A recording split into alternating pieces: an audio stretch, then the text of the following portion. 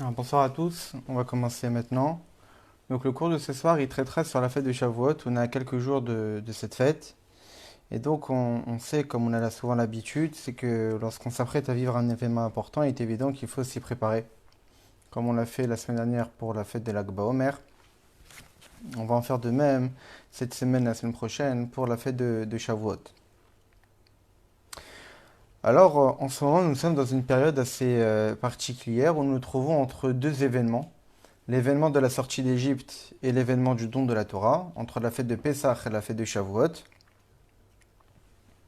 Et donc en réalité, là, nous sommes en train de vivre comme à l'époque de nos ancêtres. Nous sommes dans le désert. On suit Akadosh Baruch Hu dans le désert. Pour voir justement le rejoindre sur le mont Sinaï, sur le Sinaï, et ainsi qu'il puisse nous procurer, nous donner ce cadeau extraordinaire qu'est la Torah. La fête de Shavuot, c'est Zman Matan Toratenu, c'est le temps du don de la Torah. Et donc, on doit revivre, on revit cet événement chaque année. On sait très bien que nous ne sommes pas un peuple, il faut le répéter, nous ne sommes pas un peuple où nous commémorons des événements, nous sommes un peuple où nous revivons des événements. La divinité qui s'est dévoilée le jour du don de la Torah se révèle tous les ans, et même avec beaucoup plus d'intensité, parce que d'année en année, la lumière est plus forte. Et donc, cette année, le don de la Torah sera plus fort que celui qui a eu lieu lors de la première fois. Et il y a un verset, il y a un passage dans le Shir HaShirim, où Shlomo HaMelech nous dit une phrase qui résume plus ou moins toute cette période de la sortie d'Égypte au don de la Torah. Le verset nous dit Moshrin, toi Dieu, tu nous as tirés, tu nous as attirés. Acharecha nerutza, et après toi nous allons courir. Et Veyani HaMelech Hadarav, le roi m'a amené dans ses chambres. Nagila venis mechabach, et je vais me réjouir dans toi. Donc c'est un verset de Shir HaShirim qui en réalité, comme nous disent les commentateurs, résume cette période de la sortie d'Égypte au don de la Torah. Rashi sur place nous explique ces versets en nous disant Moshchine acharecha nerutza, tu m'as tiré, et acharecha nerutza, après toi nous allons courir. Les bénis Israël disent à Dieu Ani shamachi mishlochecha remez. Moi, béni Israël, moi peuple juif, j'ai entendu de tes envoyés, de tes shlochim, qui sont Moshe et Aaron, une allusion. Je les ai entendus discuter, et dans leur discussion, j'ai senti qu'ils faisaient allusion à un certain événement. Sha'amarta les moshcheni. Ils ont fait allusion au fait que toi, Dieu, tu as dit, moshcheni, je vais les attirer vers moi. Vani amarti, moi, peuple juif, qu'est-ce que je dis? Après avoir entendu ta volonté de vouloir nous attirer vers toi, alors nous, qu'est-ce qu'on répond? Acharecha nerutza, après toi, nous allons courir. Avieni amelech hadarav, toi, roi, Avieni melech hadarav, tu vas m'amener dans tes chambres, dans ces chambres. Et même aujourd'hui, j'ai encore cette joie et cette allégresse où je vais m'attacher à toi. Donc Shlomo HaMelech nous dit ces versets avec inspiration divine sur la situation des bénis Israël lors de la sortie d'Égypte. Au moment où les bénis Israël sont sortis d'Égypte par le Yam Souf, par le désert, jusqu'à arriver au mont Sinaï et recevoir la Torah. Et donc Shlomo HaMelech nous définit justement cette période assez particulière où nous quittons l'Égypte et nous atteignons le mont Sinaï pour recevoir la Torah de Akadosh Baruch Hu lui-même. Et c'est ça en fait toute la phrase. Moshcheni. Dieu il dit, nous on dit Moshcheni, tu m'as attiré. Biyoti b'Mitzrayim, lorsque j'étais en Égypte, j'ai entendu des discussions. C'est comme si qu'une personne est là, il fait partie d'un groupe, il voit des gérants. Nous sommes en excursion, et nous avons deux personnes qui gèrent cette excursion, et que dans leur discussion, on entend ce qu'ils nous préparent. On ne connaît pas le programme de l'excursion, mais on entend de loin que les deux gérants ils sont en train de discuter. Voilà, il y aura ci, il y aura ça. Ils sont sous les ordres du directeur, on va dire, du camp, et que le directeur a donné des directives, et que ces deux gérants-là sont en train de discuter. Les bénis Israël disent, lorsqu'on était en Égypte, on a entendu des petites allusions de tes shluchim, qui sont Moshe et Aaron. Que toi, Dieu, que tu as voulu m'attirer vers toi. Et moi, qu'est-ce que je dis? Maintenant qu'on a entendu ces deux gérants-là qui nous dit, bah là, on va préparer telle chose. Alors nous, qu'est-ce qu'on dit? L'orak she'elech et la haroutz. Que non seulement on va te suivre, mais on va courir après toi. C'est que toi, Dieu, tu as voulu nous attirer vers toi. Mais nous, Béni Israël, on va montrer que non seulement on est d'accord avec ta volonté de vouloir qu'on se proche de toi, mais même on va montrer que cette volonté que tu as, nous l'avons aussi et nous l'exprimons justement par le fait que nous allons pas seulement te suivre, mais nous allons courir après toi. On sait que dans le déplacement, lorsqu'un être humain se déplace, il peut se déplacer de différentes manières. Lorsqu'il effectue un voyage, mais qu'il n'avait pas envie, il n'a pas de plaisir à faire ses voyages, il va le faire en traînant du pied. Il va le faire avec lourdeur, avec amertume. Il va montrer qu'en réalité, il n'est pas content d'être là, il n'est pas content d'effectuer ces déplacements-là. Mais il y a une autre manière d'effectuer un déplacement, il y a une autre manière de voyager, c'est de le faire à la hâte. Que lorsqu'on est pressé d'effectuer un voyage, lorsqu'on est pressé d'atteindre une certaine destination, alors on montre qu'on fait tout à la hâte parce qu'on est empressé. On a envie justement d'atteindre cette destination-là. Souvent, lorsqu'on parle de courir, eh bien, le fait de faire les choses à la hâte peut avoir une connotation différente en fonction de comment on précise cette manière de faire les choses rapidement. Soit on précise qu'en fait, j'ai quitté cet endroit rapidement. Ça montre qu'il y avait une urgence et que justement, je voulais quitter cet endroit qui ne me plaisait pas. Donc, lorsqu'on dit que je quitte un endroit avec un hâte, ça montre qu'en réalité, je définis que l'endroit d'où j'étais ne m'était pas agréable. Mais si je précise que je vais vers un endroit à la hâte, c'est qu'en réalité, cet endroit-là m'attire, que cet endroit-là, je le désire. Comment je le prouve? C'est que j'y vais justement en courant.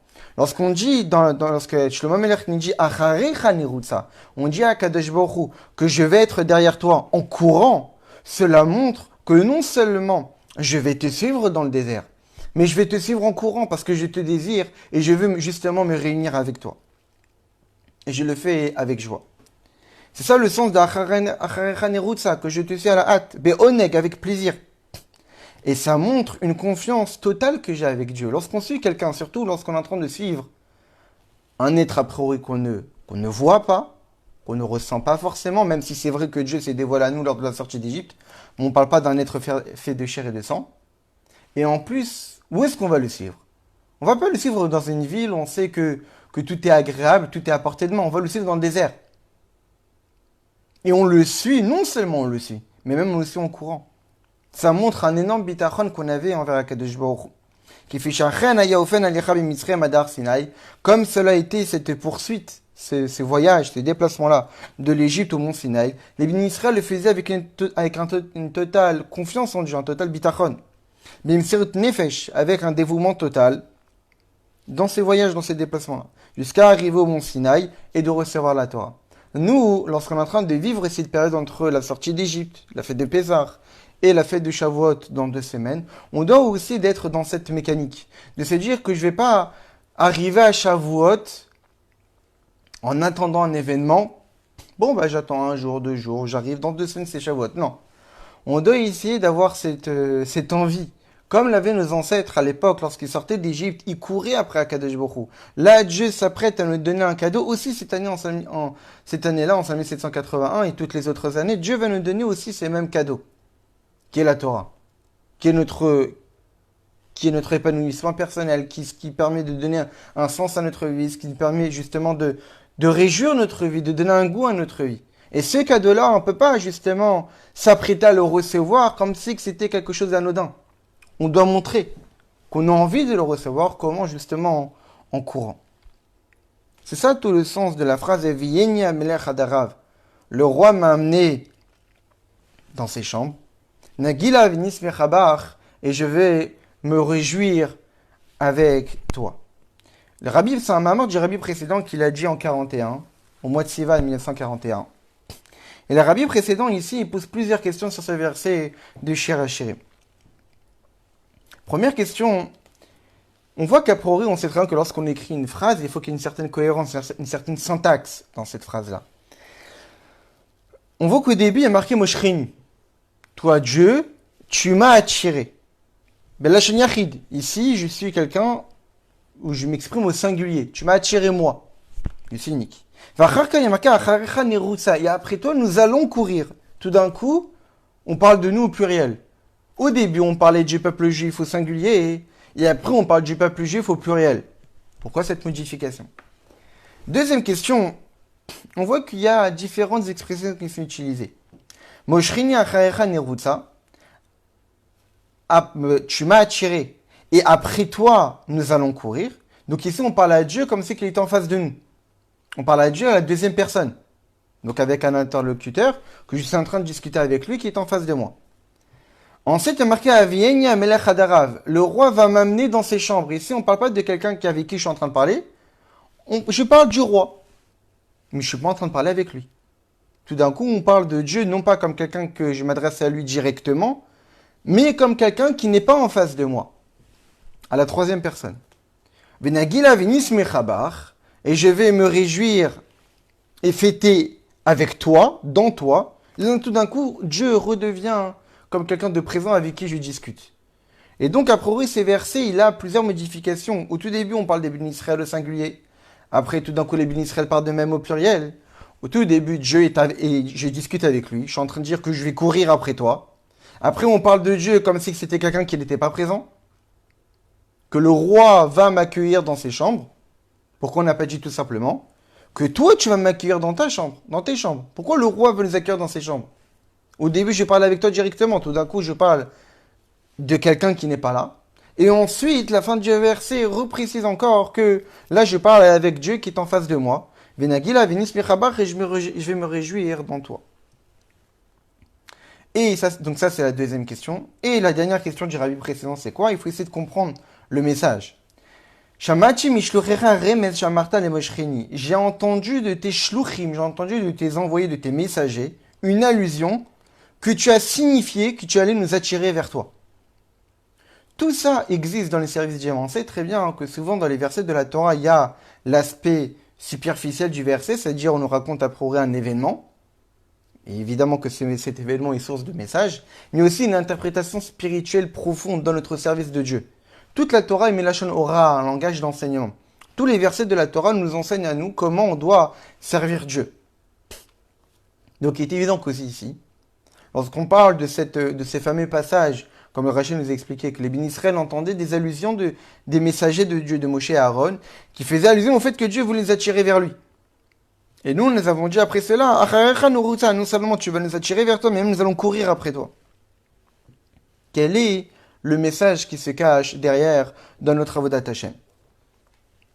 Alors, avant de continuer dans ces Mahamar, le rabbi précédent a fait un autre Mahamar, celui qu'on était en train d'étudier, c'était en 43. Le rabbi précédent a fait un autre Mahamar sur le même sujet en 41. Il l'explique de manière différente et on va juste le rapporter parce que c'est plein de messages qu'il nous dit ici. Le rabbi précédent nous dit qu'en réalité, ces versets-là, il est partagé en quatre périodes différentes. La première, c'est la période de la sortie d'Égypte, sur laquelle il dit Moshrin, que Dieu, toi, tu nous as attirés. À ce moment-là, tu nous as extirpés de l'impureté de l'Égypte pour justement nous attirer vers toi. La deuxième période de Zman Sfirat HaOmer, c'est la période de Sfirat HaOmer, entre Pessah et Shavuot, sur laquelle il dit Narutsa, on court derrière toi.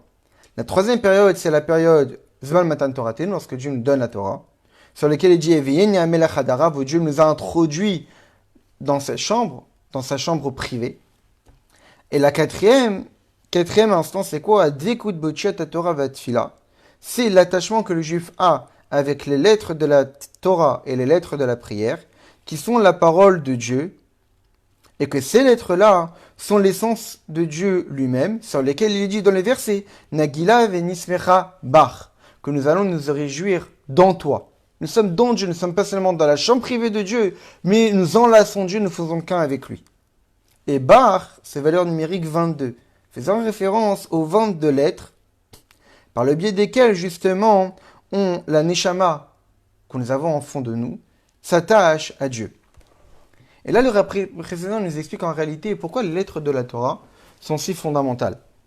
Pourquoi on nous dit ici qu'en réalité, lorsqu'on dit qu'on est bar, on est dans Dieu, nous allons nous réjouir avec Dieu lorsqu'il nous donne la Torah, eh bien ça fait référence aux lettres. Quelle est la symbolique des lettres de la Torah? Qu'est-ce que les lettres de la Torah ou les lettres de la prière nous apportent dans notre relation avec Akadosh Baruch Hu? Rabbi Yochanan nous dit, par exemple, un homme qui utilise évidemment dans sa vie de tous les jours les lettres pour pouvoir justement en parler. Et à travers, en fait, sa manière de parler, il exprime qui il est. En dehors du fait que la manière de comment il parle, le signon, quelle est sa manière de parler, eh bien en réalité, ça définit qui il est. Quand chacun d'entre nous, il y a une certaine manière de parler, qui correspond à notre nature. Comme on peut le voir concrètement, que des fois dans la nature de l'homme, c'est lui qui a une nature dure, quelqu'un qui est dur de caractère, qui est assez rigoureux. Eh bien lorsqu'il va parler, on verra qu'il parlera durement. Quelqu'un qui est dur de nature, quelqu'un qui est rigoureux, il a une tendance à vouloir justement avoir certains défauts, certains caractères, quelqu'un qui n'est pas agréable. C'est pas agréable de discuter avec lui, parce que lorsqu'on discute avec lui, on voit qu'il est tout le temps cassant. Il est dur. Il n'est pas doux lorsqu'on discute avec lui. La shemel lachavero devar lotov, ou devar mafrid. Il aura toujours cette tendance à vouloir dire des choses mauvaises sur l'autre, des choses mauvaises à l'autre, et à vouloir lui faire peur. Comme on voit souvent des personnes on peut tout à fait parler de plusieurs sujets, de différentes manières, mais il y a certaines personnes que de n'importe quel sujet, ils utilisent toujours des mots qui font peur, toujours des mots qui sont durs à entendre. Et pas seulement ça, le famille gam dvar ametsaer, leur manière de parler nous fait souffrir. Venegal achavero meod, et ça nous touche énormément. Les familles yachol otim epiv gam djibour ke en klala, jusqu'au même, lorsqu'il est en train de parler cette personne-là, on a l'impression qu'il est en train de nous dire, et nous souhaiter malheureusement, que Dieu nous en préserve des malheurs. Tout cela provient d'où cela découle? Ça découle justement de sa nature qui est dure. Il voit tout son entourage et tout le monde qui l'entoure avec un mauvais œil. Même quelqu'un qui n'a pas ce défaut-là,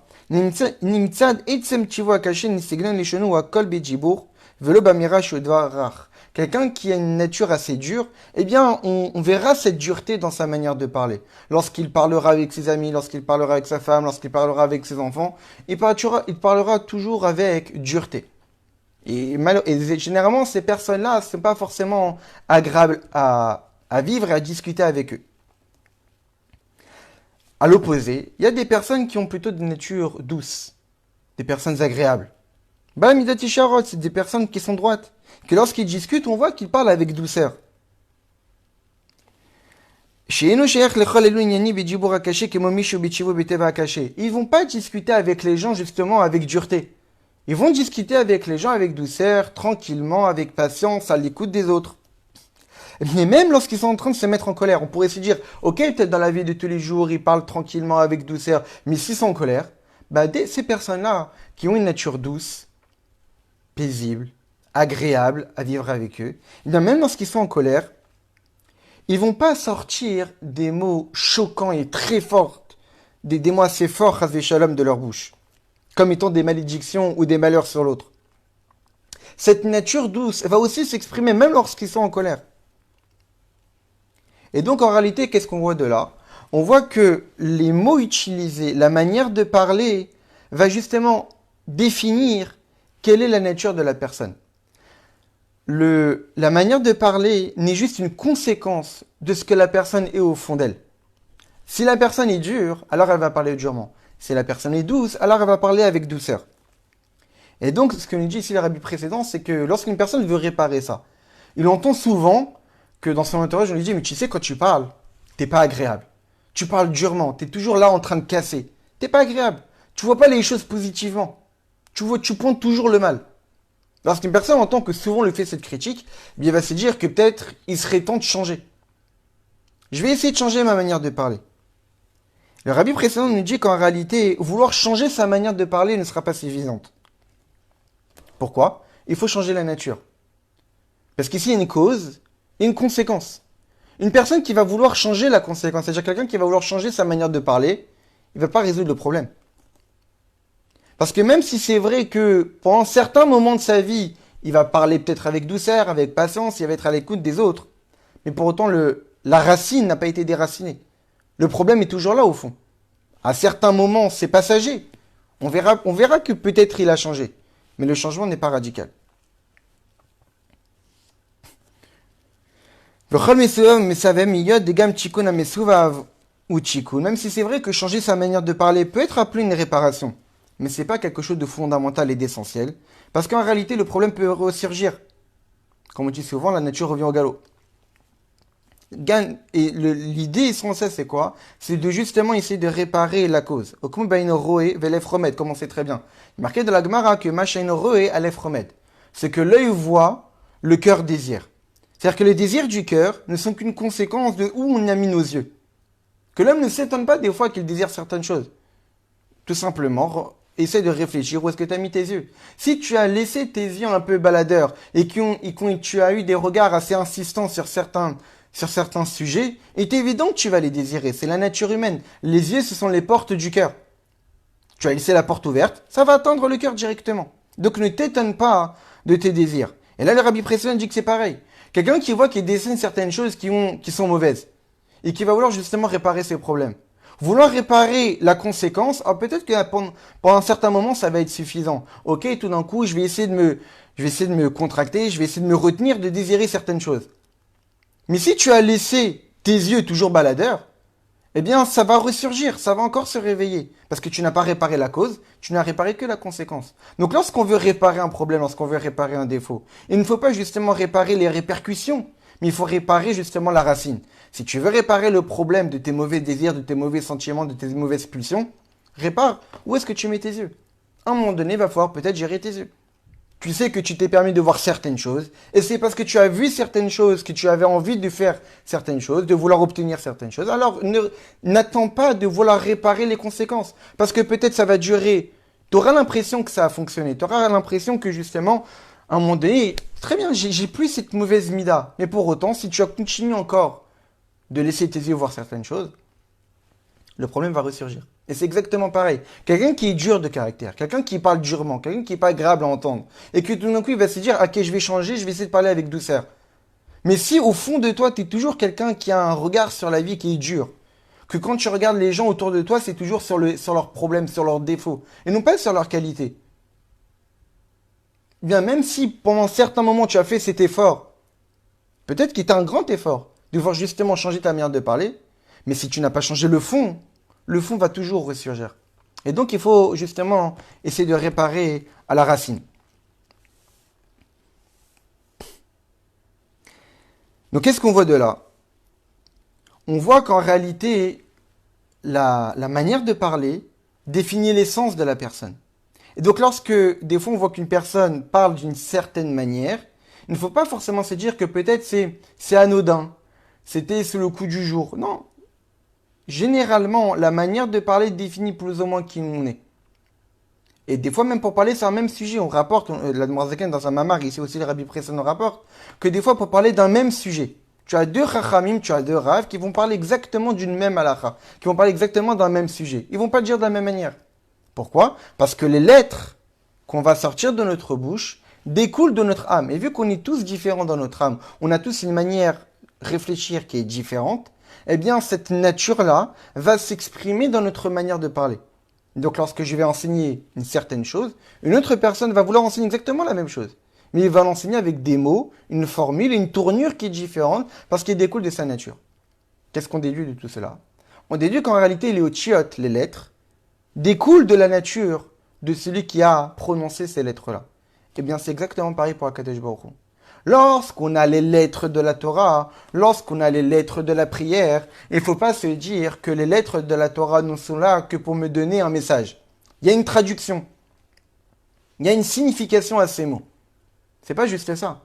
C'est qu'en réalité, ces lettres sont produites par qui? Par Dieu. Donc ça veut dire que comment le mot a été formulé, comment la phrase a été dite, comment la paracha a été écrite, ça définit l'essence même de Dieu. Parce que de même que l'Avdil, de même qu'un homme parle d'une manière, et cette manière-là de comment il parle définit qui il est, et c'est exactement pour Akadosh Baruch Hu, lorsqu'on a les lettres de la Torah qui nous ont été données, lorsqu'on a les lettres de la prière qu'on prononce tous les jours, 3 fois par jour, en réalité, à travers ces formulations-là, on s'attache à l'essence même de Dieu, parce que l'essence de l'être, s'exprime dans la manière de parler et la manière de prononcer les mots et les phrases. C'est ça en fait la phrase. Nagila venismecha bar, je vais me réjouir dans toi. Bar, valeur numérique 22. À travers les 22 lettres, je m'unis avec l'essence même de Dieu. Et donc lorsqu'on a reçu la Torah, et qu'on reçoit la Torah avec des lettres, à travers ces lettres, on s'unit à l'essence même de Dieu parce qu'on voit comment Dieu s'exprime et nous donne un message. Que lorsqu'on étudie la Torah, il ne faut pas seulement s'attacher au message qui est véhiculé, mais aussi aux lettres. Souvent, dans les enseignements du Baal Shem Tov, il dit que c'est quoi en réalité la dvékout, l'attachement dans la prière, l'attachement à Dieu lorsqu'un juif est en train de prier, c'est lorsqu'il est en train de prononcer un mot longuement. Il est attaché au mot. Il n'a plus envie de le quitter. Lorsqu'il prononce ce mot, Baruch, il essaye de rester longtemps dessus comme si c'est un être cher qu'il n'a pas envie de quitter et qu'il a envie de rester avec lui le plus longtemps possible.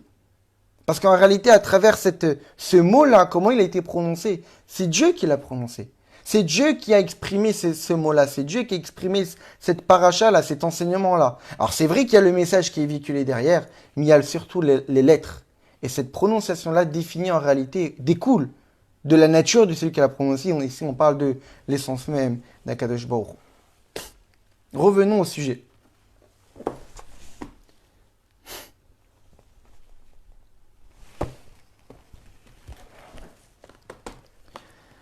Moshrin, Dieu a voulu nous attirer. Qu'est-ce que ça veut dire?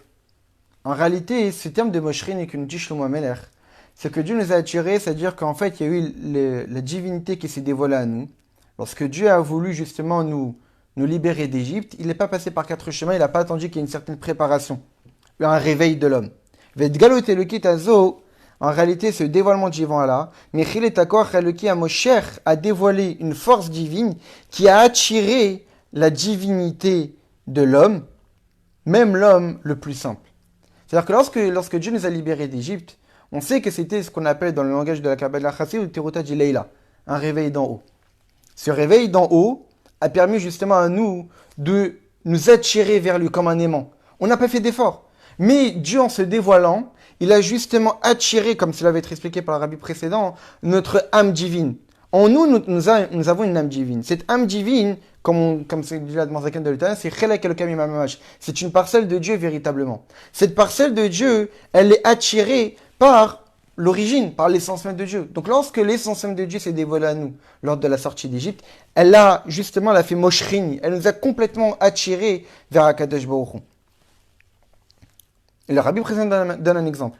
Comme quelqu'un qui acquiert un objet, un nouvel objet qu'il ne possédait pas avant. Lorsqu'il va le prendre, qu'est-ce qu'il va faire? Eh bien, il va déplacer l'objet du domaine de l'ancien propriétaire vers son propre domaine. Amshicha, le fait de tirer l'objet, c'est le moyen justement de l'acquérir et de le faire sien. Lorsque Dieu s'est dévoilé à nous, en Égypte, à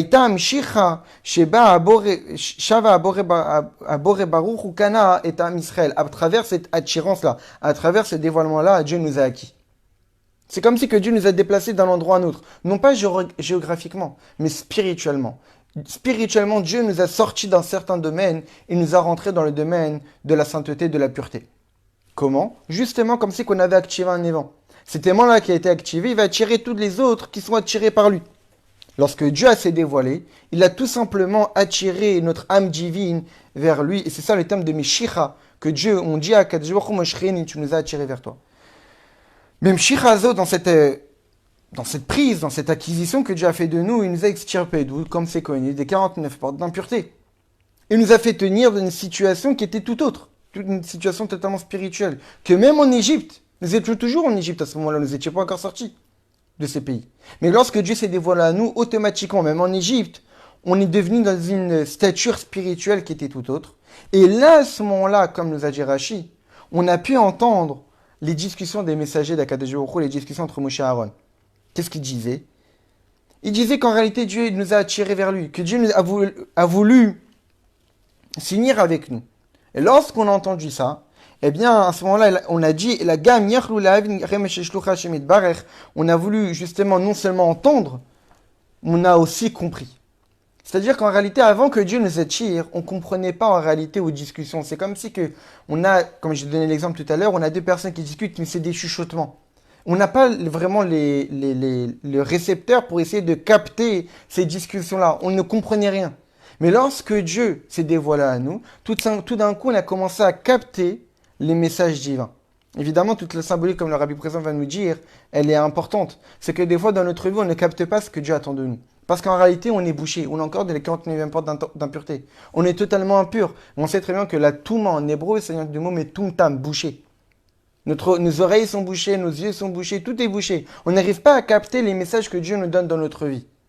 Pour cela, pour commencer à capter ce que Dieu attend de nous, alors il faut qu'il y ait Moshrin, il faut que Dieu nous attire vers lui. Lorsque Dieu nous a attirés, lorsque Nefesh Elokit s'est réveillé, lorsque notre âme divine a été attirée par Akadosh Baruch Hu, là, à ce moment-là, les Bnei Israël ont commencé à comprendre les discussions entre Moshe et Aaron et essayer de comprendre le message que Dieu voulait nous délivrer, qu'il attendait de nous qu'on sorte d'Égypte, qu'on le suive dans le désert et pour recevoir la Torah.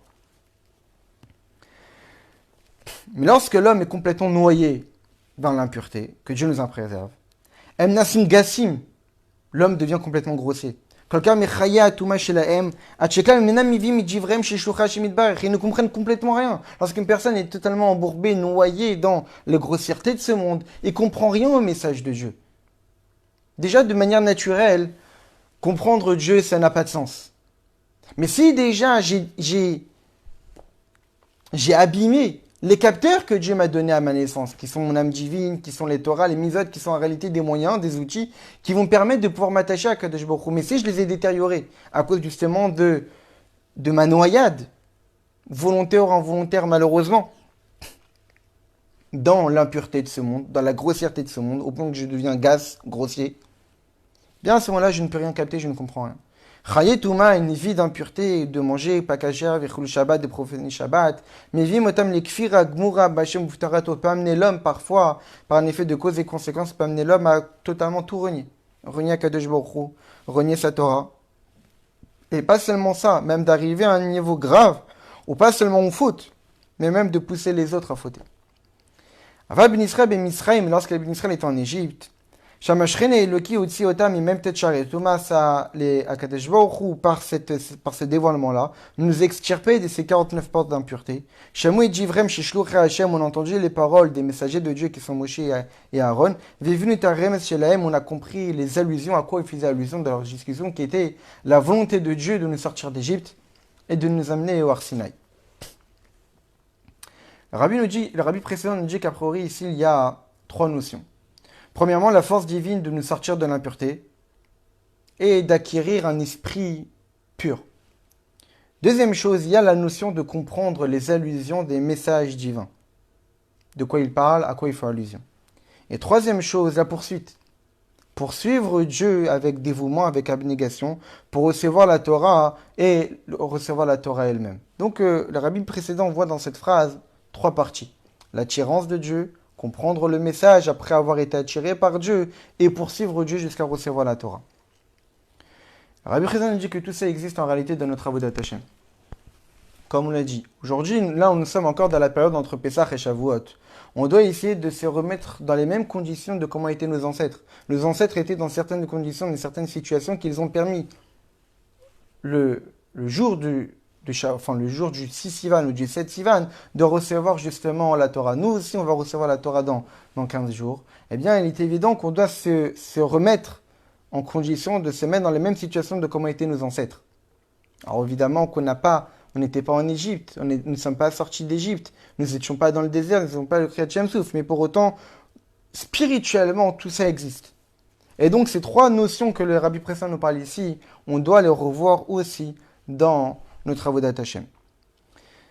C'est marqué Unsha Matani Asichi. J'ai fait des âmes. C'est un verset que rapporte l'Admor Zaken de l'Etania pour prouver qu'en réalité, Dieu a procuré à chacun d'entre nous 2 âmes.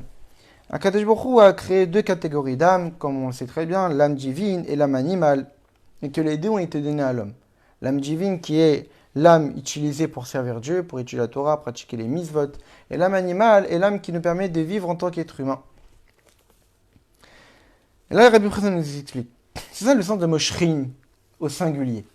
Dieu, tu m'as attiré. Ici, on a parlé au singulier. Parce qu'ici, l'intention, c'était quoi? C'était la avoda, le travail de l'âme divine. Vu nous avons deux âmes, c'est-à-dire que nous avons deux manières de servir Dieu. Le service par l'âme divine et le service par l'âme animale. Lorsque Dieu nous a dit lorsque nous on dit Moshrini, tu nous as attirés, et on parle de nous au singulier, on parle de notre âme divine. C'est l'attirance que l'âme divine a pour l'essence même de Dieu. Ensuite, lorsqu'on dit Vacharecha nerutsa, et après toi nous allons courir, donc ici nous parlons au pluriel, ici on parle de la voda de l'âme animale, le travail de l'âme animale. C'est quoi le travail de l'âme animale? Ce sont des étincelles divines qui sont cachées dans toutes les choses matérielles et physiques de ce monde, que lorsqu'un homme, justement, on les utilise pour servir à Kadosh Baruch Hu, lorsqu'un homme dort, lorsqu'un homme mange, lorsqu'un homme travaille, lorsqu'un homme boit, pour justement servir Dieu, eh bien, à ce moment-là, ces étincelles divines s'élèvent et ils se finissent pour ne faire qu'un avec Akadosh Baruch Hu. C'est ça le sens de la pluralité ici. Il y a le travail de l'âme divine qui est unique, c'est pas un travail avec des multitudes d'étincelles, c'est une âme unique qui ne fait qu'un avec Dieu, qui est attirée par l'essence même de Dieu. Après, il y a l'âme animale. Cette âme animale-là, elle fait référence à la pluralité. Il y a plusieurs étincelles qui existent dans le monde et que ces étincelles-là, justement, on doit essayer de les attirer par Dieu, par justement la kavana, l'intention qu'on fait, qu'on met lorsqu'on vit notre vie en tant qu'être humain, lorsqu'on boit, lorsqu'on dort, lorsqu'on travaille, tout cela peut être fait comme un juif. C'est pas parce qu'on a une vie comme tout être humain, où nous avons des besoins physiques, des besoins matériels, où nous devons travailler, que pour autant cela est fait comme n'importe qui. Non. Il y a un juif qui travaille, il y a un goy qui travaille. Et la manière de manger, la manière de boire, la manière de travailler, elle est foncièrement différente. Comme le fameux exemple qu'on raconte qu'une fois, on a demandé au Rabbi Maharash quelle est la différence entre comment manger comme un juif et manger comme lorsqu'on n'est pas un juif. Eh bien, en réalité, il a demandé à quelqu'un qui travaillait pour le Cheder, qui était gardien, et il lui a dit, est-ce que tu as mangé ce matin? Il lui a dit, oui, j'ai mangé ce matin. Et ensuite, il a demandé à un autre racide, est-ce que tu as mangé ce matin? Oui, tu as mangé ce matin. Est-ce que tu as bien mangé? Oui, bon, Hachem, j'ai bien mangé. L'autre dit, est-ce que tu as bien mangé? Oui, j'ai bien mangé. Pourquoi tu as mangé? Il a demandé au chassid. Le chassid lui a dit, j'ai mangé justement pour avoir la force pour servir Dieu, pour prier, pour étudier la Torah, pour justement avoir la force pour servir Dieu convenablement. Et après, à l'autre, il lui a demandé, au gars, il lui a dit, toi, pourquoi tu as mangé? J'ai mangé pour vivre. Et tu vis pourquoi? Je vis pour manger. Donc, en d'autres termes, toute sa vie est tournée autour de manger. Il n'y a pas d'intention particulière et élevée dans la nécessité qu'il a eu de manger. Alors que lorsqu'on est juif, lorsqu'on mange, lorsqu'on boit, lorsqu'on travaille, il doit avoir une intention spirituelle qui est derrière. Après que toutes les étincelles divines ont été raffinées dans les multitudes de choses qui nous entourent, à ce moment-là, on parle bien au pluriel, parce que les étincelles sont nombreuses. Mais c'est lui qui fait le travail. Qui fait le travail? C'est l'âme divine. L'âme divine, elle est l'unique. C'est pour cette raison qu'on a parlé au singulier. Donc celui qui fait le travail, c'est l'âme divine. Mais sur qui on fait le travail? C'est l'âme animale. Et l'âme animale, elle est plurielle.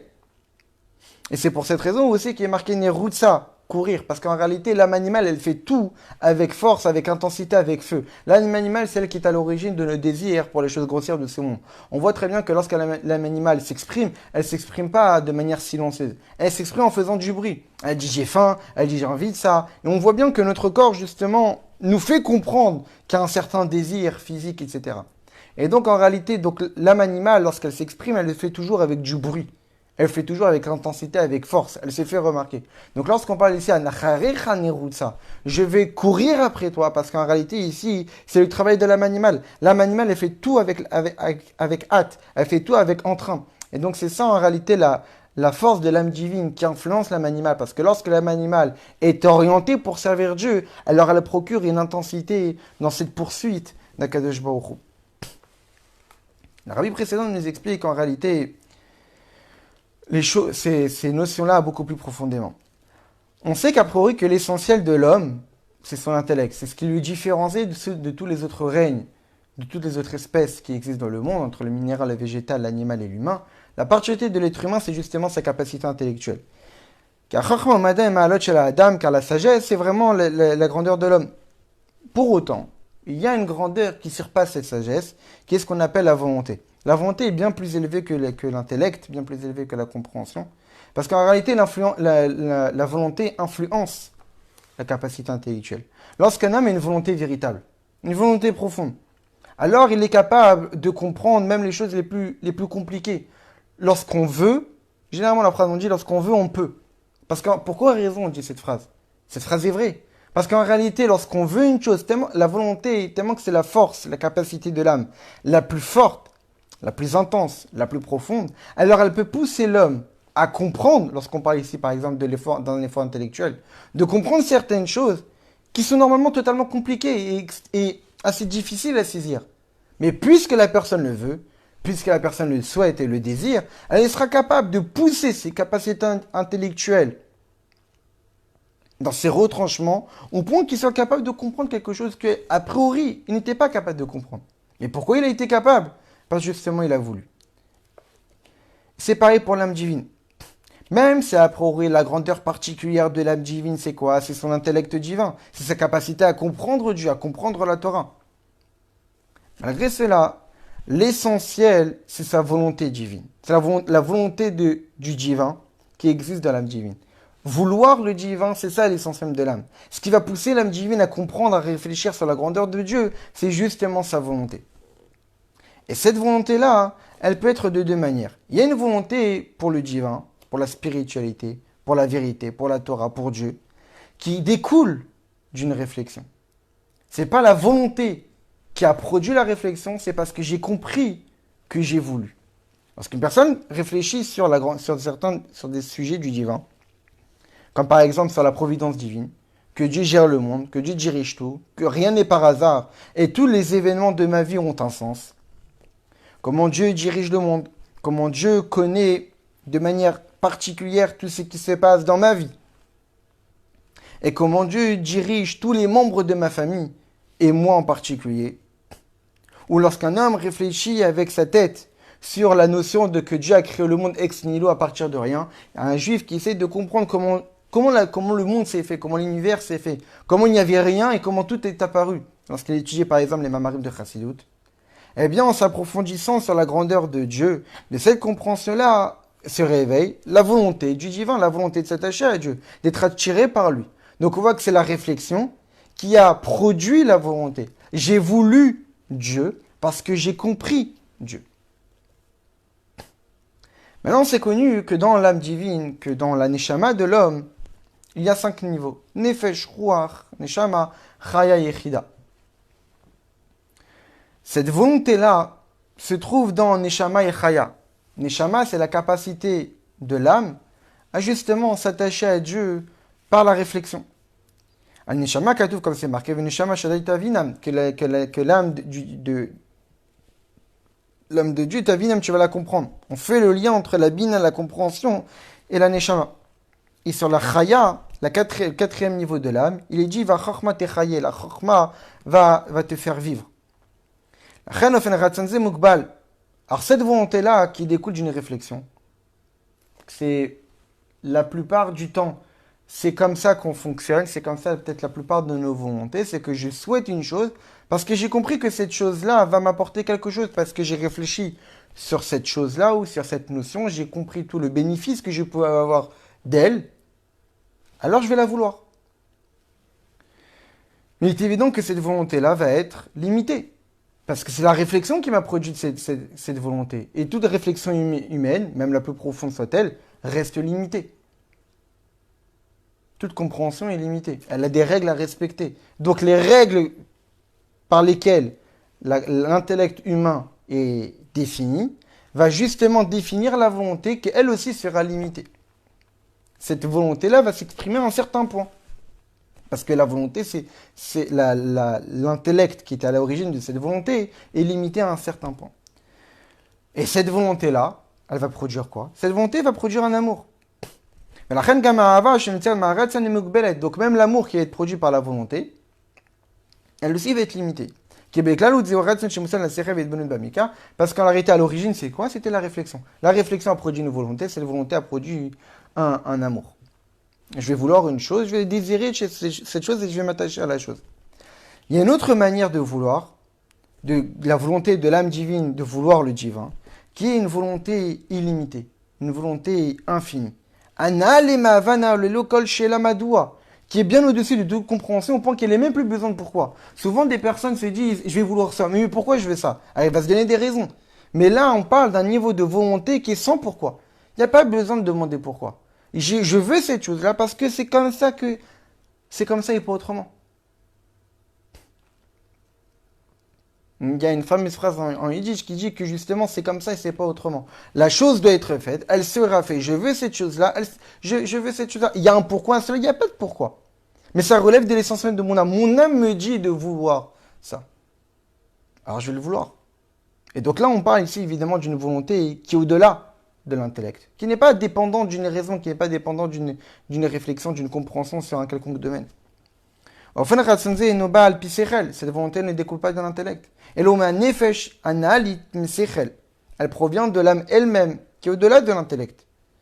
Évidemment que puisque c'est une volonté qui ne découle pas d'une réflexion, alors cette volonté-là n'est plus limitée, elle est totalement illimitée. Toutes les limites dont on parlait découlaient justement de la réflexion, qui est elle-même limitée.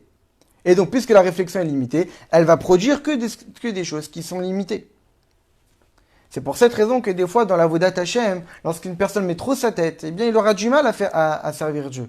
Parce que parfois, mettre trop sa tête, essayer de se dire, ah oui, mais il y a ci, oui, mais il y a ça, etc., ça va être compliqué de produire une volonté qui va pouvoir s'exprimer en toute situation. Il suffit qu'il y ait des barrières, il suffit qu'il y ait des embûches, que là, la volonté va s'arrêter. Parce que pourquoi?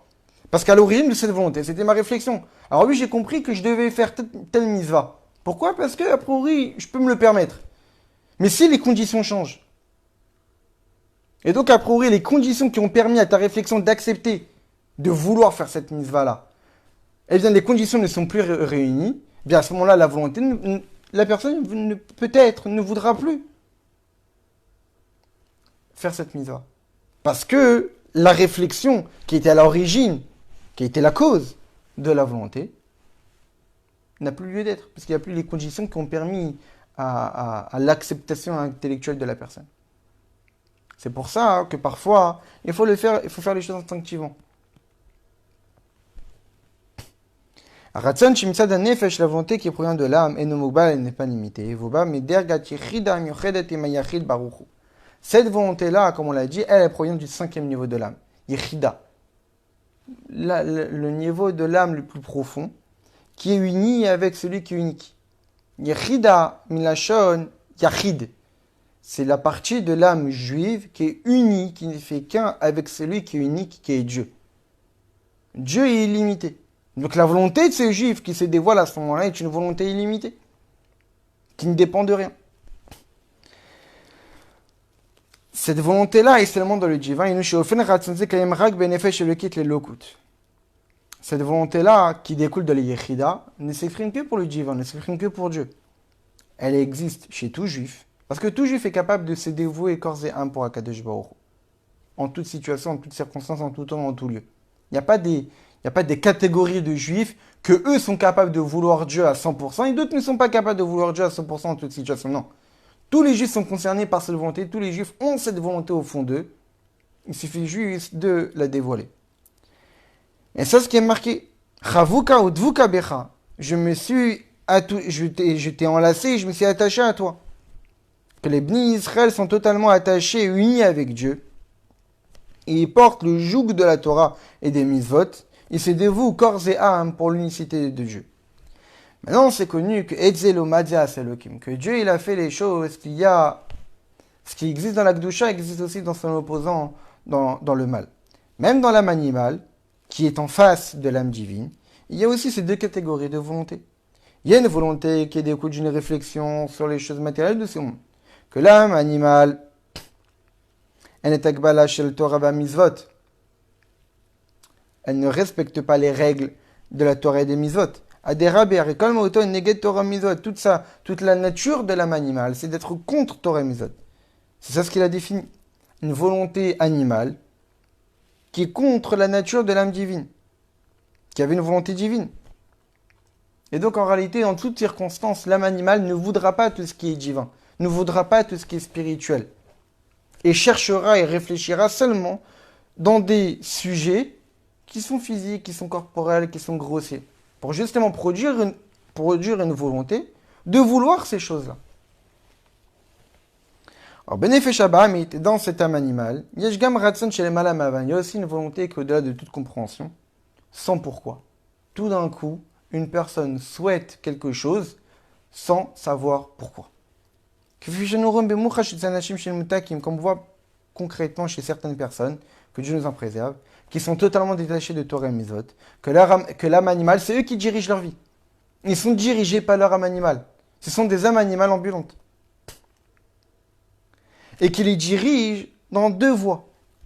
Il y a ceux qui sont des Baaletavot, les Logvoul, qui ont des désirs et des plaisirs, ils sont attirés par les plaisirs de ces sans limite.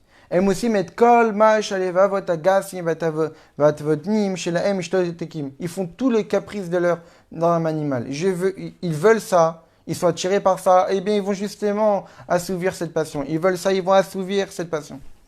Mais le vazot shen la même tagdara shel Torah va misot, en dehors du fait qu'ils n'ont même plus d'aspect d'homme de Torah ou d'homme de mitzvot, ils n'ont même plus aussi d'aspect d'être humain.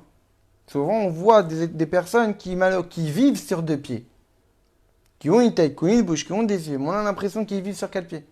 Parce que malheureusement, leur âme animale, c'est leur âme animale qui dirige leur vie. Et on voit aucunement chez eux une once de Torah, une once de divinité, et même parfois une once d'humanité. Ils se comportent comme des animaux. Malheureusement, des personnes comme ça peut exister, comme c'est marqué dans Tehillim, Nimshal Kebedman Nidmu. Vous avez été comparés, vous étiez similaires à des animaux. Comme chez les Behemot Vechot En Boucha, on voit que les animaux n'ont pas honte. On va pas voir chez les animaux qu'ils ont une certaine honte par exemple, de faire leurs besoins devant d'autres ou de se déplacer sans être habillé. Hein. On voit pas un animal qui est gêné de ne pas être habillé. Eh bien, eux aussi, on voit des fois certaines personnes qui n'ont aucune honte, aucune pudeur. Ils disent ce qu'ils pensent, ils font ce qu'ils veulent, aux yeux de tous, sans aucune limite.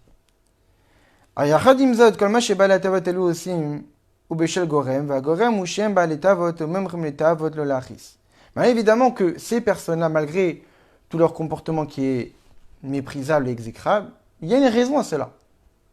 C'est leur désir. Ils ont envie de se faire plaisir. Ils n'ont pas envie de mettre en colère Dieu. Ils n'ont pas envie de se rebeller contre Dieu. Ils ont envie de se faire plaisir. Et c'est par cette recherche de plaisir qu'ils vont malheureusement transgresser la vérote, qu'ils vont malheureusement avoir une vie qui est totalement de libertine. Mais il y a une autre catégorie de personnes, c'est ça l'autre voie que l'âme animale peut pousser l'homme à l'emprunter, qui est la voie de se rebeller vers Dieu pour le mettre en colère. Dans notre génération, c'est assez rare des personnes pareilles, que tout ce qu'ils font, c'est de se moquer de la Torah, se moquer des mitzvot, se rebeller contre Dieu lui-même. C'est pas une recherche de plaisir, c'est pas une recherche de se faire du bien physiquement, à son corps. Mais c'est une recherche d'embêter. C'est une recherche de faire mal, c'est une recherche de moquerie, de rabaisser la Torah, de rabaisser les mitzvot, de voir se le rebeller contre Dieu.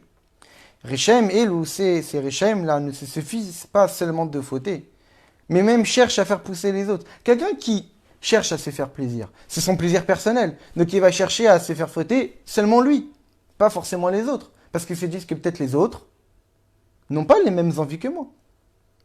Mais quelqu'un qui cherche à mettre en colère Dieu, donc il cherche à faire en sorte que pas seulement lui le mette en colère, mais même aussi les autres. Donc il va pas seulement chercher à fauter soi-même, mais aussi à faire fauter les autres. Parce que son but à atteindre la cause qui est à l'origine de ce mauvais comportement, c'est pas une recherche de plaisir, parce que le plaisir est différent chez chacun. Mais là, la recherche est de se moquer.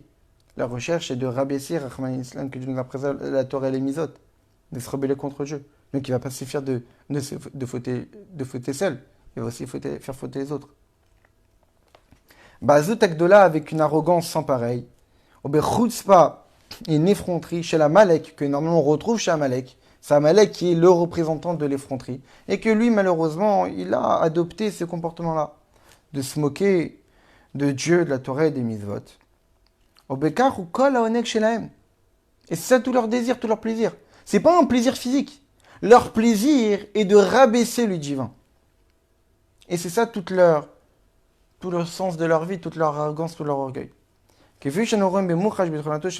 on voit dans la nature de quelqu'un qui est effronté. Shekol agava shelo, que tout son orgueil. Et bekar shumis panim legadol.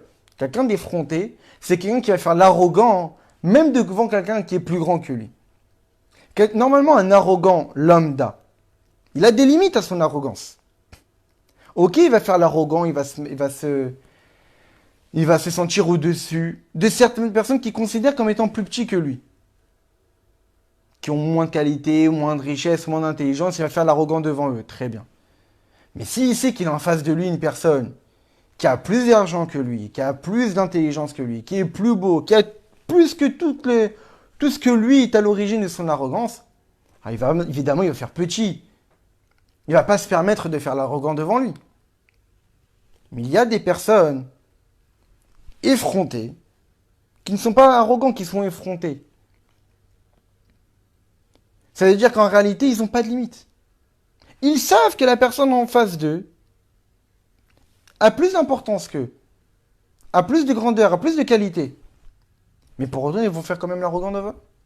Ils savent que l'autre sait, mais qu'est-ce que tu fais? Arrête de te prendre pour ce que tu n'es pas. Je sais qui tu es, je sais qui je suis, je sais que j'ai plus de qualité que toi. Qu'est-ce que tu fais devant moi? Et la personne va quand même le faire. Pas parce qu'il est seulement arrogant, mais parce qu'il est effronté. Il veut choquer, il veut embêter, il veut rabaisser, il veut se moquer. Et donc, plus la personne sera effrontée, plus son arrogance sera débordante. Et là, le rabbi précédent nous dit qu'il existe 3 catégories d'effronterie. Il y a l'effronté par la parole. Il se moque de Dieu avec des paroles. Il rabaisse les autres par sa parole. Le chutzpah de la biotère avec une chutzpah sans nul autre pareil. Il se moque de la Torah et des mitzvot. Un jeune qui s'en fout de tout. Nar efker, qui n'a pas de limite, qui met pas d'importance à sa vie, met d'importance à rien, tout est efker, tout est permis. Eh bien, je me permets de dire tout ce que je veux, sur qui je veux. Ensuite, il y a un effronté qui, lui, ne nécessite pas seulement de parler sur Dieu ou sur la Torah, mais c'est un effronté qui mord. C'est quoi un effronté qui mord? C'est quelqu'un qui fait de la Torah et des mitzvot ce qu'il veut. C'est quelqu'un qui est effronté au point d'obliger ceux qui gardent la Torah et les mitzvot d'expliquer la Torah et les mitzvot comme bon lui semble. Il va obliger les autres. Non, dis que la Torah dit ça. Dis que les mitzvot c'est ainsi. Il ne va pas se suffire de laisser la Torah telle qu'elle est, mais de la rabaisser. Mais il va faire mal.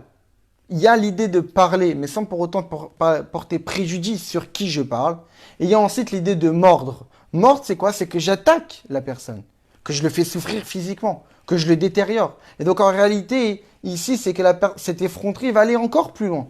C'est qu'il ne va pas seulement se permettre de rabaisser, de se moquer de Dieu ou de la Torah, que Dieu nous en préserve, mais qu'il va aussi demander de dénaturer la Torah. De dire aux gens, non, dites que la Torah dit ça. Dites que la mitzvot, c'est ça. Mordre, pas seulement parler mal, mais mordre. Et il y a ensuite un effronté. Chez Kofer Bechol Nyan, il renie tout. Il renie la croyance en Dieu, il renie garder la Torah, il renie les mitzvot. Et il dit que son idéologie à lui, que sa manière de voir les choses, c'est elle la plus importante, c'est elle la plus élevée, c'est elle qui a du sens. Plus que les Avdil, que la Torah et les mitzvot. Donc là, c'est pas seulement parler mal, c'est pas seulement mordre, mais c'est de tout enlever. De dire qu'il n'y a rien d'autre, il y a seulement moi qui ai raison, et il n'y a rien d'autre en dehors de moi. Anivé Ipsiod, il n'y a que moi et rien d'autre. Pour ces 3 catégories d'effrontés contre Dieu, David Ameler les a appelés sous différents noms dans Télim. Il les a appelés sous le nom de Kélev, le chien, Arié, le lion, et Réhem, le buffle. Dans Télim, dans le Télim, Chavbet 22. Les Chatsouf Bedjibour, par un effronté par sa parole, David Ameler l'appelle un chien. Comme c'est marqué, Miet Kélev Yechidachi, s'il te plaît, sauve mon âme du chien. De quel chien ici on parle? Parce qu'un chien, c'est quoi? C'est quelqu'un qui aboie. Il aboie même dans le vent. Si quelqu'un c'est un effronté, il a rien, il ne se passe rien, mais il parle, il se moque pour aucune raison. Il ne fait que parler pour rabaisser les gens, pour rabaisser la Torah, rabaisser les mitzvot, se moquer de Dieu, alors qu'il n'y a rien qui se passe. Ni on l'a attaqué, ni on lui a dit faire quoi que ce soit, comme un chien qui aboie. Ensuite, il y a celui qui est fronté contre la Torah, et que David Amelech l'appelle le lion. Oshieni mi piarier, sauve-moi de la gueule du lion. Le lion, lui, qu'est-ce qu'il fait? Il mord. Pas seulement il aboie, mais il mord, il attaque la proie. Parce que cette effronté, là, lui, non seulement il se moque de la Torah, mais il essaye aussi de changer, de détériorer la Torah et de demander de falsifier la Torah comme bon lui semble.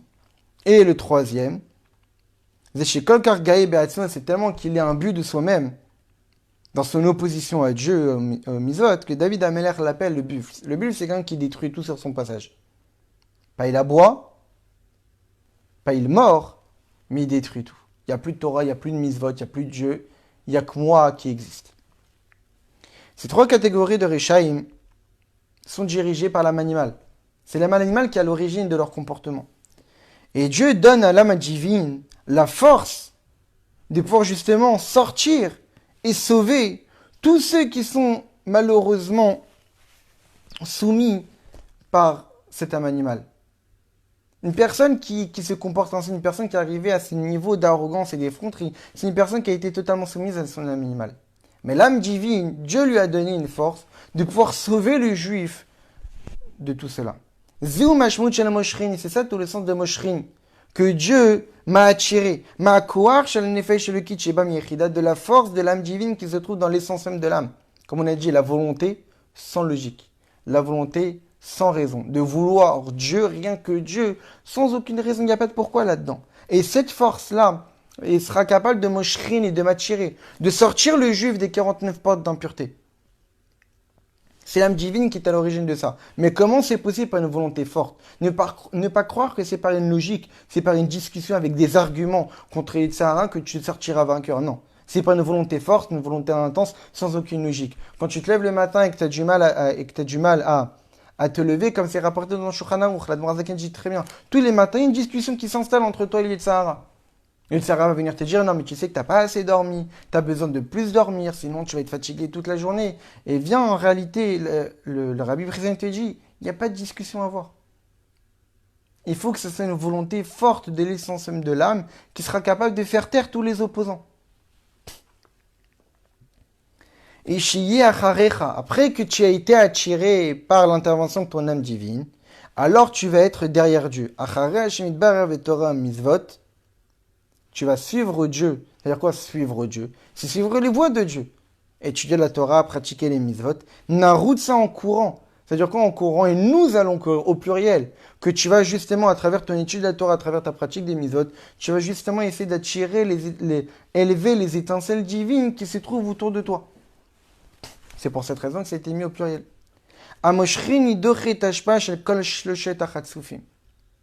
Cette attirance, cette acquisition que Dieu fait de toi va te permettre justement de repousser la hashpa, l'influence que la personne peut avoir de ces trois catégories d'effronterie qu'on peut avoir au fond de nous, qui peuvent s'exprimer si on laisse l'âme animale faire ce qu'elle veut. Vezat à l'idée Kabbalat Torah Shenitan Echne Sogé Bnei Adam. Et comment on est capable justement de se sauver de ça? C'est par justement Kabbalat Torah, le fait de recevoir la Torah. Parce que Dieu nous a attirés, pourquoi? Dans quel but? Dans le but justement de recevoir la Torah. En réalité, c'est à travers la Torah que tu vas pouvoir justement t'extirper de ces arrogances-là, de ces effronteries-là. Et la Torah a été donnée pour deux catégories de juifs.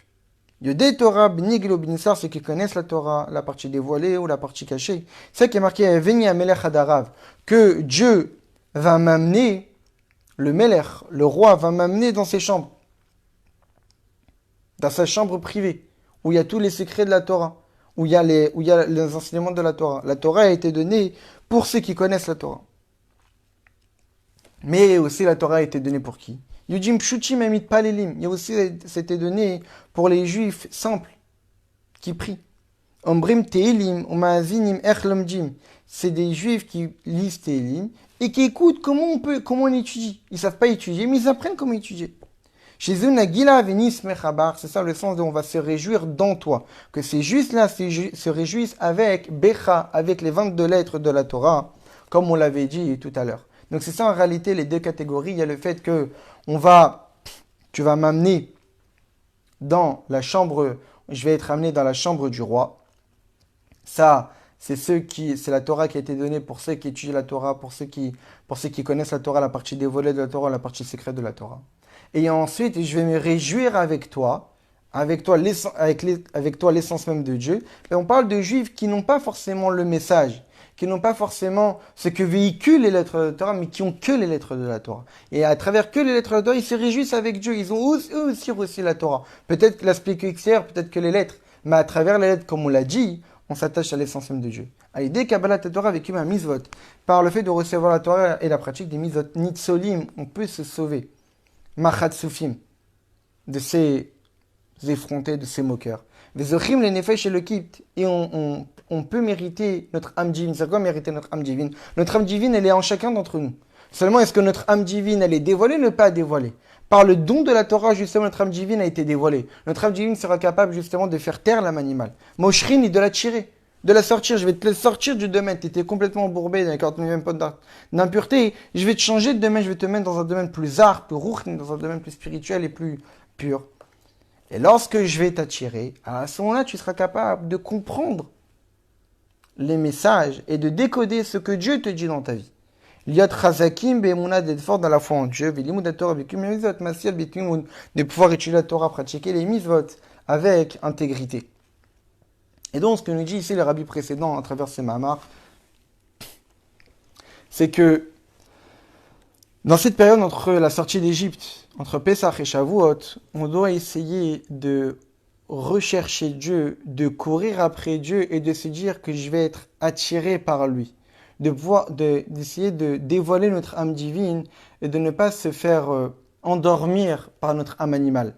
Notre âme animale va vouloir nous endormir, notre âme animale va vouloir nous noyer dans l'impureté, dans les choses grossières de ce monde. Mais le juif, il doit être capable, avec l'étude de la Torah, avec la Torah qui nous a été donnée, de pouvoir sortir de ça. À partir du moment que l'âme divine dévoile, comme on l'a parlé, cette volonté forte, cette volonté qui ne dépend pas d'une réflexion, cette volonté qui ne dépend pas d'une logique, et de se dire, oui, je veux Dieu, et qu'il n'y a pas besoin de chercher un pourquoi. Non, je ne vais pas faire cet avéra, je ne vais pas faire ça, il n'y a pas à chercher un pourquoi. À ce moment-là, tu seras capable de pouvoir faire taire l'âme animale. Et lorsque tu as fait taire l'âme animale, alors justement tu vas pouvoir rentrer dans la chambre privée de Dieu. Dieu va pouvoir te donner la Torah parce que justement tu as quitté l'Égypte. Et tu suis Dieu et tu cours Dieu dans le désert. Quoi qu'il puisse arriver autour de toi, tu suis Dieu. Quoi qu'il arrive avec une confiance, à 100% de confiance totale en Kadosh Baruch Hu. Et quand tu le cours après Dieu, évidemment, tu le cours comme c'est marqué au pluriel, parce qu'en réalité, grâce à ta Torah et grâce à tes mitzvot, il n'y a pas seulement toi qui es en train de t'élever. Tu es en train d'élever tout ce qui est dans ton entourage. Ce que tu manges, c'est là spirituellement. Ce que tu bois, c'est là spirituellement. Ton travail, l'argent que tu gagnes, c'est là spirituellement. Et grâce à ça, tu vas pouvoir t'unir à Dieu, te réjouir avec Dieu. Et comme on l'a dit, il faut s'attacher aux lettres. Il faut mettre de l'importance aux mots qu'on prononce. Il faut mettre de l'importance aux lettres. Lettres de la Torah, aux lettres de la prière, parce qu'en réalité, à travers les lettres, eh bien, on voit l'essence même de Dieu qui se dévoile. Et donc, qu'on puisse profiter de cette période jusqu'à Shavuot, de se travailler sur ces notions-là, d'essayer de fuir ces petites onces d'effronterie qui peuvent peut-être exister en chacun d'entre nous. De pouvoir se moquer de certaines choses, de se dire, mais a priori, c'est insignifiant, a priori, c'est incompréhensible, a priori, ça n'a pas de valeur. C'est quoi cet enseignement? C'est quoi cette phrase? C'est quoi cette misva? Non. Dieu nous demande de faire, on le fait, point. Il n'y a pas de chercher à pourquoi. Et à travers ce comportement-là, on fuira vraiment les effronteries, on sera totalement soumis à Kadosh Baruch Hu, on s'unira à Dieu, on se réjouira avec lui et on méritera de recevoir véritablement la Torah.